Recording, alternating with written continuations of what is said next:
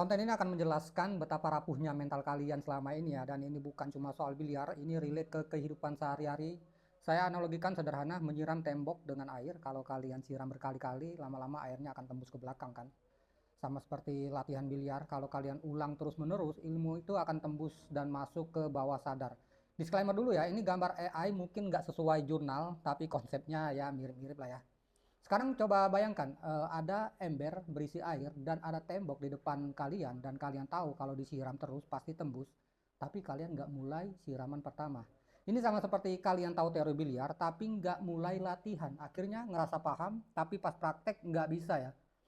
Kenapa seperti ini? Karena semua itu berhenti di otak sadar, masuk, tapi nggak turun ya. Ada istilahnya itu skill pinjaman. Ini sering banget terjadi, habis nonton, coba sekali dua kali langsung bisa, tapi beberapa menit kemudian hilang ya.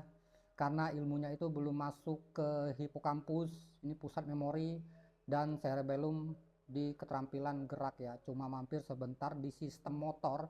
Makanya kalau mau airnya tembus ke tembok harus disiram berkali-kali. Ini yang disebut repetisi ya, pengulangan, diulang di bagian otak sadar, pelan-pelan turun ke habit, kemudian di tempat presisi, dan akan menjadi otomatis.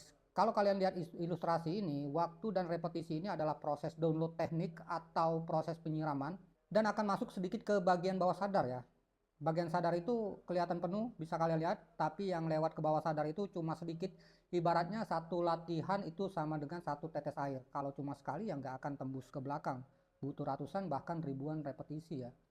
Tapi ada cara yang bisa mempercepat, yaitu visualisasi, metode yang sering saya pakai. Kadang saya kurangi latihan fisik, tapi saya beratkan di visualisasi karena otak nggak bisa membedakan dengan jelas antara imajinasi dan pengalaman nyata. Artinya saat kalian visualisasi dengan benar, otak tetap aktif seperti latihan, tapi ini juga bahaya ya kalau tidak dikontrol.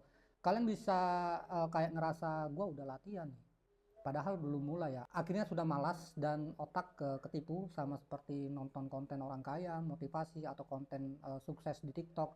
Otak kalian langsung ngerasa gue bisa kayak gitu sih kayaknya. Padahal belum melakukan apa-apa. Atau pegang stick enak langsung ngerasa jago, padahal belum pernah bangun skill. Makanya di sini ya, peran saya itu bukan sekedar ngajarin teknik, tapi ngebentuk visualisasi dengan benar, proses yang sadar dan repetisi yang terarah, bukan sekedar membayangkan kosong. Karena kalau salah, otak kalian akan terus merasa bisa tanpa pernah benar-benar berkembang. Salam biliar tanpa judi.